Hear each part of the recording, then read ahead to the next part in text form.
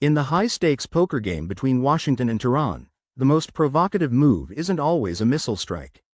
Sometimes, it's the shadow that passes over a military parade.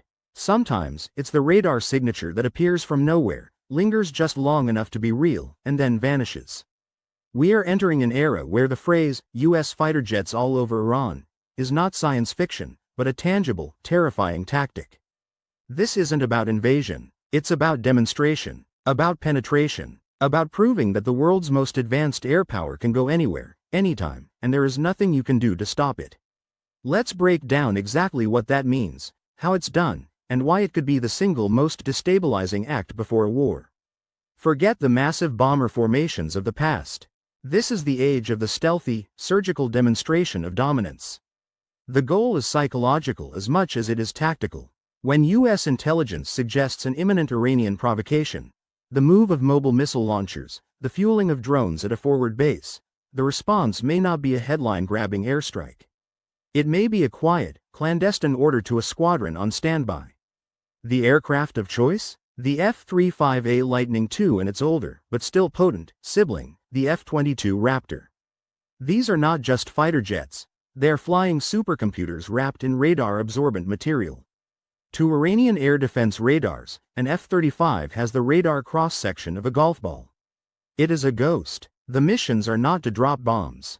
Their payload is presence. A single F-22, undetected, could fly a looping pattern over a sensitive Iranian Revolutionary Guard Corps, IRGC, base in the dead of night.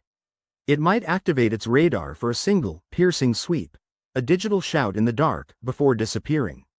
On the ground, radar operators see a blip that shouldn't exist, a phantom in their most secure airspace.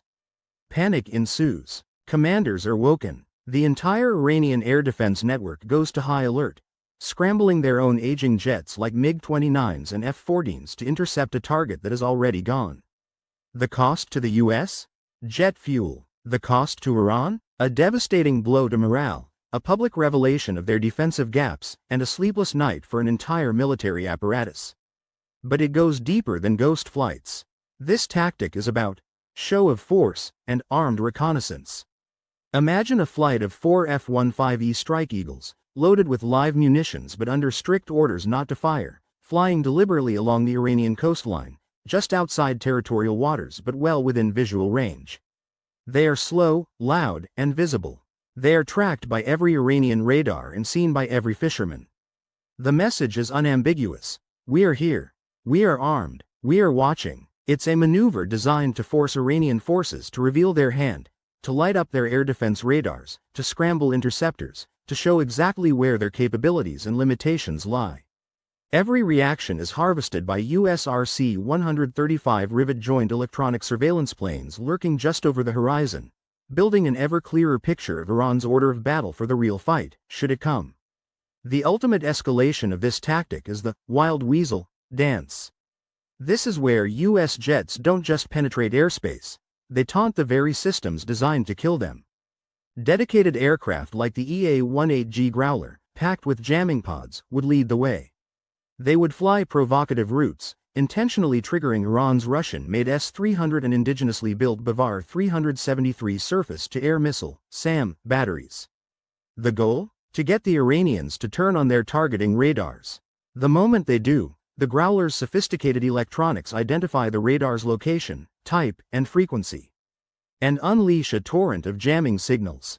Simultaneously, the data is linked to accompanying F-35s, which could, if ordered, launch AGM-88 HARM missiles that ride the radar beam right back to its source, destroying it. In a demonstration run, they wouldn't fire. They would simply prove they could have. They would show that Iran's most prized air defense assets are not just blind against stealth, but are themselves glowing targets. The geopolitical impact of US jets all over Iran is a powder keg.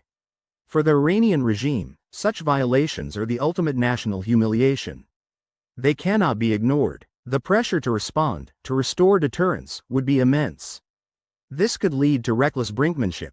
Iranian jets attempting risky intercepts, leading to a dogfight, a frustrated SAM battery commander taking a shot at a distant, teasing blip, or more likely, an order to their proxies to accelerate attacks on US troops in Iraq and Syria.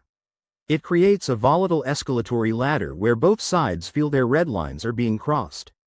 The US demonstrates its capability, Iran feels its sovereignty shattered, and the cycle of retaliation spins faster and faster, moving from shadow games in the sky to very real explosions on the ground. In the end, this strategy is the knife's edge of modern coercion. It is the demonstration of absolute aerial supremacy without firing a single shot. It tells the leadership in Tehran, in the most visceral way possible, your skies are ours. Your defenses are a facade. Your every move is watched. It is a power play of breathtaking arrogance and capability. But in a region already trembling on the brink, such demonstrations are not just shows of strength. They are sparks thrown into a room soaked in gasoline. The roar of the jet is not just a sound, it is the question hanging over the gulf.